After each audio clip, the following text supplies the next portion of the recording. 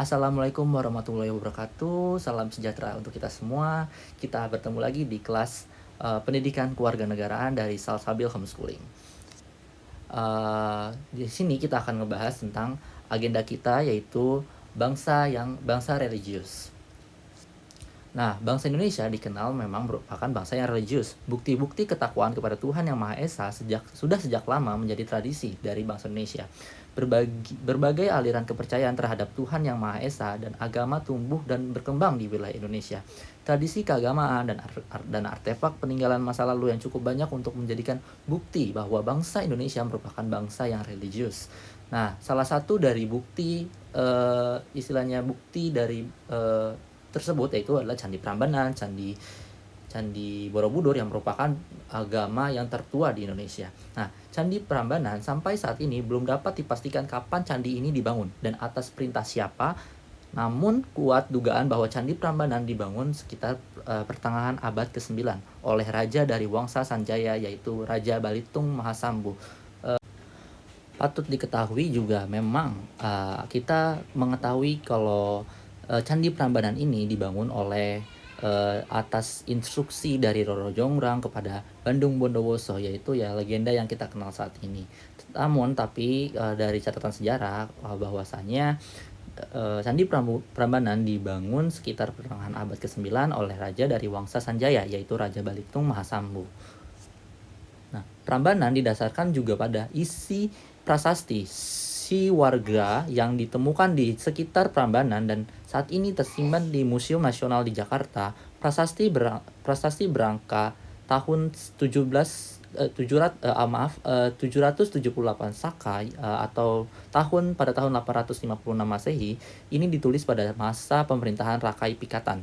Dalam kompleks Candi Prambanan terdapat beberapa candi besar, yaitu Candi Wisnu berhadapan dengan Candi Garuda, Candi Siwa berhadapan dengan Candi Nandi Lembu, dan Candi Brahma berhadapan dengan Candi Angsa yang masing-masing sebagai tunggangannya. Selanjutnya yang tadi saya sebut di awal ada Candi Prambanan dan Candi Borobudur. Nah, Candi Borobudur ini merupakan kebesaran bangsa Indonesia sebagai bangsa yang meyakini adanya Tuhan Yang Maha Esa. Dibuktikan dengan adanya Candi Borobudur. Dinyatakan bahwa sampai saat ini belum ada kesepakatan di antara pakar tentang nama Borobudur itu sendiri. Dalam kitab Negara Kertagama yang ditemukan pada istilahnya dibuat pada 1365 Masehi, disebut tentang Budur, sebuah bangunan suci agama Buddha aliran Vyajradhara.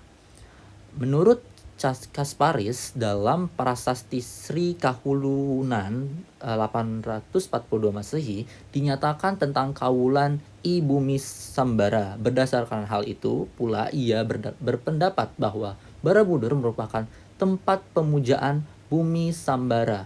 Bumi Sambara adalah nama tempat dari Borobudur itu sendiri. Menurut Purbacaraka, Borobudur berarti Diara Budur. Sedangkan menurut Raffles, yaitu penemu dari Borobudur pada penjajahan Indonesia, bara berarti besar dan budur merupakan kata dalam bahasa Jawa yang berarti Buddha. Berdasarkan tulisan yang terdapat di beberapa batu di Candi Borobudur, para ahli berpendapat bahwa candi ini dimulai dibangun sekitar tahun 780 Masehi pada masa pemerintahan Raja-Raja Wangsa Sanjaya. Pembangunannya memakan waktu berpuluh-puluh tahun dan baru selesai sekitar tahun 830 Masehi, yaitu pada masa pemerintahan Raja Samaratungga dari Wangsa Shailendra.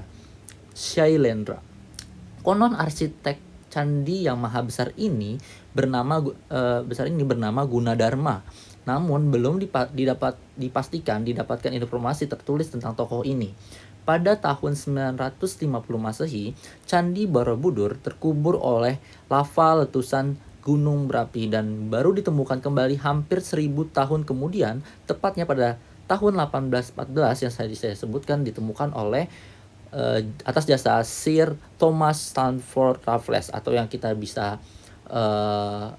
kenal dia adalah penjajah dari Inggris, yaitu yang menemukan bunga bangkai yang diabadikan dengan nama Rafflesia arnoldi. Nah, selanjutnya Candi Borobudur ini mempunyai makna dari arca-arca itu memiliki makna. Candi Borobudur tidak mempunyai ruangan untuk tempat beribadah atau melakukan pemujaan karena candi ini dibangun untuk tempat berziarah dan memperdalam pengetahuan tentang Buddha, agama Buddha itu sendiri. Jumlah arca Buddha mencapai 504 buah. Arca-arca Buddha tersebut menggambarkan Buddha dalam berbagai sikap. Yang pertama, arca-arca itu ada di sebelah timur, di sisi timur, menggambarkan Dhyani Buddha Aksobhya, yaitu yang berarti Buddha bersila dengan sikap tangan menyinggung tanah atau sikap bumi Parsya Mudra. Yang kedua, ada arca-arca di sisi selatan yang menggambarkan Dhyani Buddha Ratna Sambhawa, yaitu Buddha bersila dengan sikap tangan memberi anugerah atau sikap Varamudra. Arca-arca di sisi barat menggambarkan Dhyani Buddha Amitabha, yaitu Buddha bersila dengan sikap tangan bersemedi, sikap daya mudra. Itu yang ketiga ada di sisi barat. Nah, yang keempat ada arca-arca di sisi utara menggambarkan Dhyani Buddha Amoghasiddhi. Dhyani Buddha Amoghasiddhi, yaitu Buddha bersila dengan sikap tangan menentramkan atau sikap Abhyamudra.